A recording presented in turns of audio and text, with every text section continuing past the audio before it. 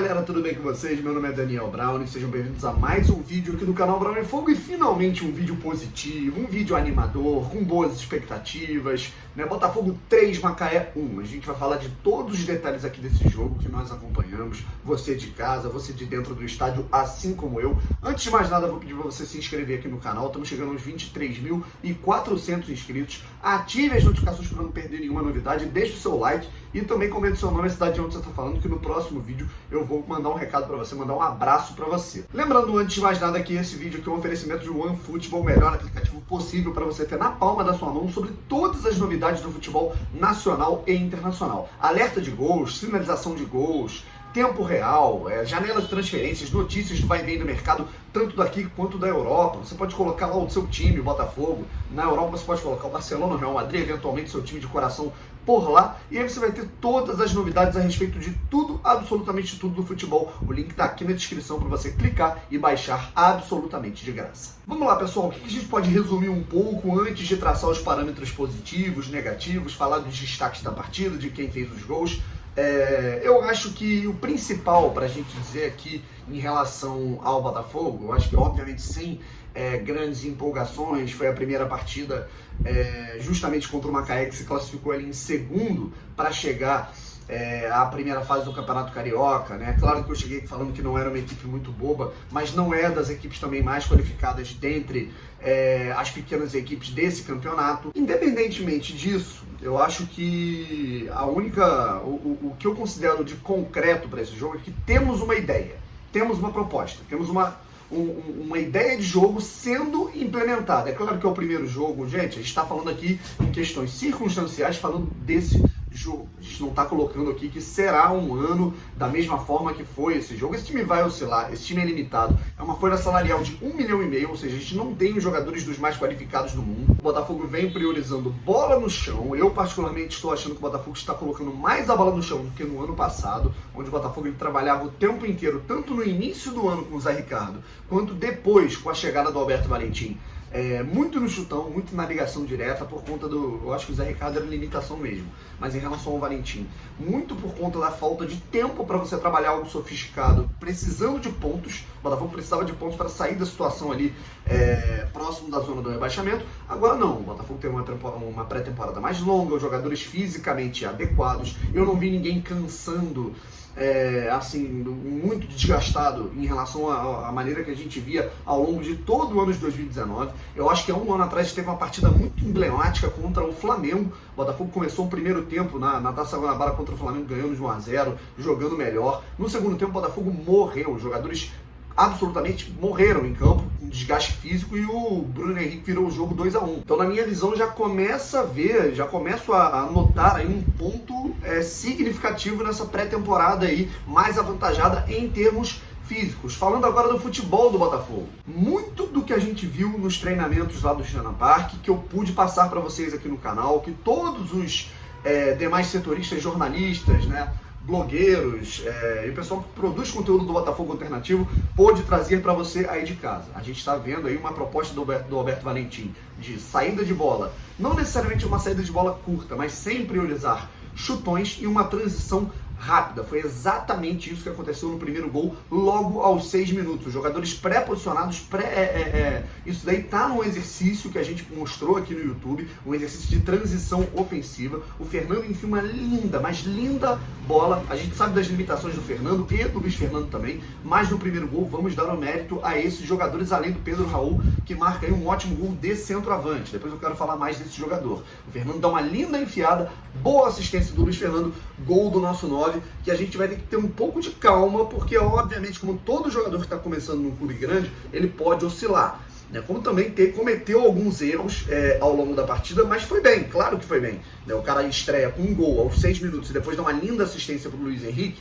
é claro que ele foi bem, mas a gente tem que trabalhar dentro de uma perspectiva de que antes a gente não tinha expectativa nenhuma de camisa 9 nem de camisa 10. Hoje a gente tem caras que sabem exercer essas funções, tanto o Pedro quanto o Bruno Nazário. Eu quero falar desses dois. A partir do momento em que o Botafogo fez o primeiro gol, viu o Botafogo tentando controlar um pouco mais o jogo. E isso daí, eu não sei até que ponto isso é uma prerrogativa física, né, feita pelo Alberto Valentim, não sei se é inerente ao jogo, né, o fato do Botafogo ter feito 1-0 e aí ter segurado mais um pouco, não ter criado tantas outras oportunidades, criou ali umas 2 ou 3 logo depois do gol, mas aí da segunda metade, a partir ali da segunda metade do primeiro tempo, o Botafogo ele começou a pisar um pouco com o pé no freio, né? Então não sei qual é a estratégia disso, né? Mas o Botafogo criou um pouco menos, né? E aí no segundo tempo voltou a tentar progredir em termos ofensivos. Vale lembrar uma bola que eu não vi, eu não tive a oportunidade de ver, né? Que o Macaé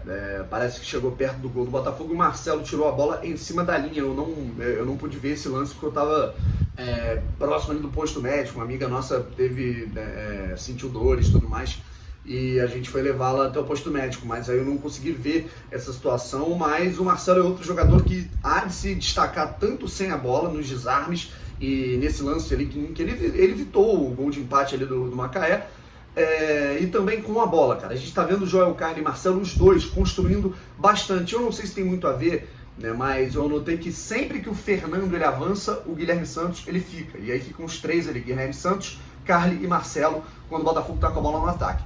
Se o Guilherme vai, o Fernando fica mais um pouco. Eu acho que isso daí é um certo apoio de construção para o Joel Carli. Para o Joel Carli por conta das limitações de construção dele. O Marcelo não. O Marcelo já tem uma saída de bola que está melhor, muito melhor que a do ano passado, mas o Joel a gente sabe que ele é um zagueiro mais rebatedor. Ele não tem muito dessas características de construir. Por isso que a gente viu muito do Guilherme colado ali nele. Outro jogador que eu gostei muito, mas muito mesmo, é o Guilherme Santos. E depois, cara, um passe lindo, né, cara? Um passe característico de centroavante. O Pedro Raul, ele é muito, muito, muito centroavante. Né? Os movimentos dele, o movimento de pivô dele, a corrida, a passada, o chute. E aquele passe, cara, é exatamente como o centroavante faz. Ele vira da parede e já dá para o cara que tá fazendo o facão. Foi isso que o Luiz Henrique fez. E o Luiz Henrique, mesmo que pouco participativo, ele ajuda muito, cara. Teve gente falando que o Luiz Henrique foi mal. Pô, gente, pelo amor de Deus, cara, mas o cara foi mal. O cara fez um belíssimo gol. São 3 jogos dele com a camisa do Botafogo, começando como titular. Eu nem vou apontar o jogo contra o Atlético Mineiro, que ele jogou 10 minutos, né? Contra o Ceará, ele deu uma assistência. Contra o Vitória, ele deu uma assistência e agora ele marca um gol com o passe do Pedro Raul, cara. E detalhe, a gente está falando de um jogador aí de 17 para 18 anos, sinceramente.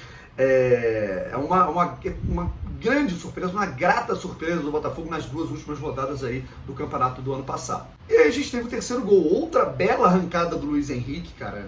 Eu acho que a gente tem que ter uma atenção especial para esse jogador para falar aqui. Eu acho que diferentemente dos últimos pontos que o Botafogo teve, ele é um jogador bem completo. Eu digo em termos de passe, eu digo em termos de finalização, tomada de decisão, arrancada, 1 contra 1, um jogador completo. A gente tem realmente um jogador em formação de fato nas categorias de base, coisa que a gente não tinha há muito tempo, a não ser zagueiros, volantes, mas em termos ofensivos, ou a gente tinha o cara que driblava muito e é ruim de chute, ou a gente tem o cara que é bom de chute e não tem muito poderio no 1 contra 1, não é bom no passe. Enfim, são jogadores um pouco incompletos. O Luiz Henrique não.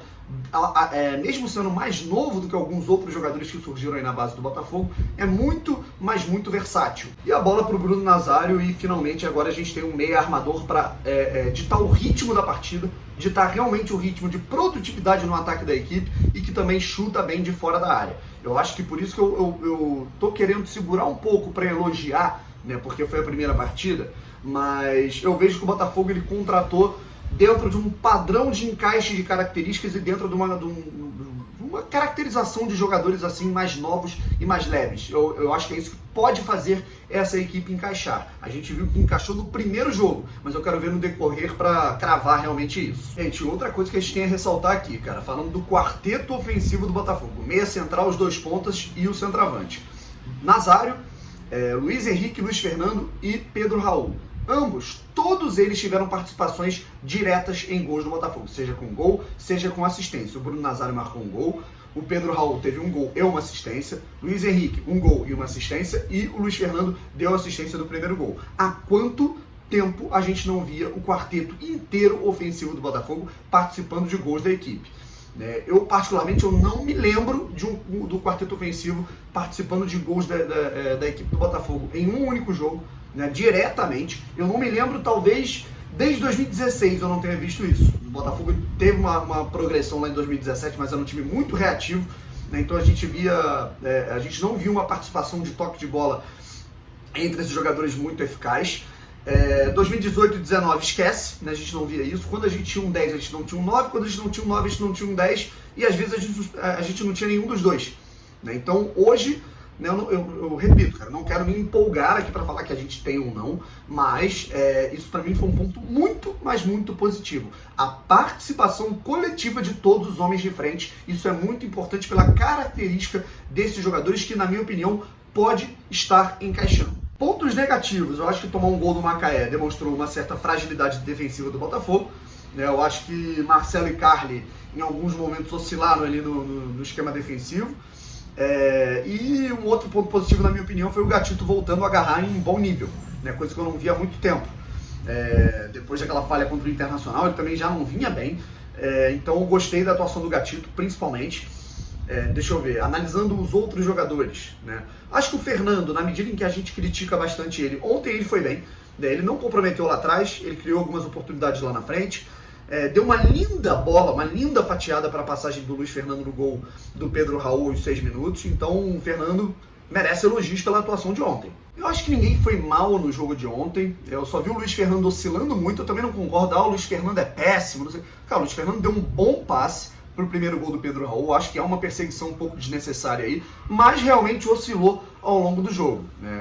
Errou cruzamentos, né? Errou uns 2 ou 3 cruzamentos, depois ele perdeu um gol ali, aí tomou um cartão amarelo bobo. Isso daí ele tem que parar com isso também. Eu acho que ele comete faltas e acaba sendo advertido de maneira um pouco desnecessária. Isso é uma coisa a ser corrigida. Mas o Juan, que entrou no lugar, entrou no segundo tempo, né? Também cometeu alguns erros um pouco bobos, né, de passe. Então isso daí demonstra que a disputa aí pela vaga na extrema direita do Botafogo, ela tá acirrada. Eu particularmente, eu gostei, além dos jogadores que marcaram gols, deram assistências, eu gostei bastante do Guilherme Santos e do Thiaguinho. Acho que o Thiaguinho deu uma boa dinâmica pro Botafogo, sem a bola e com a bola. E no ataque, cara, eu acho que eu vou destacar o Pedro Raul. Pedro Raul, que foi muito participativo, errando ou acertando. Foram 2 participações diretas a gol, uma assistência e o gol marcado aos 6 minutos. E o Bruno, apesar de não ter dado assistência e ter feito apenas um gol, foi um cara que participou ativamente do jogo,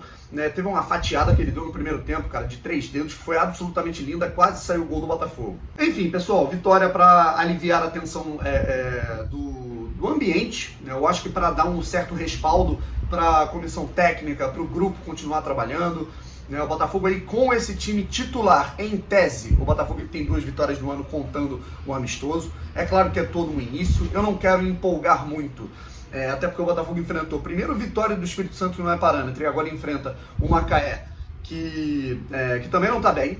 O Macaé que vem agora dos últimos 2 jogos sofreu 6 gols, 3 contra o Botafogo e 3 contra o Boa Vista. Mas o que me agrada é que eu acho que a gente está construindo algo de concreto, diferentemente dos últimos 2 anos aí que a gente entrou no Campeonato Carioca.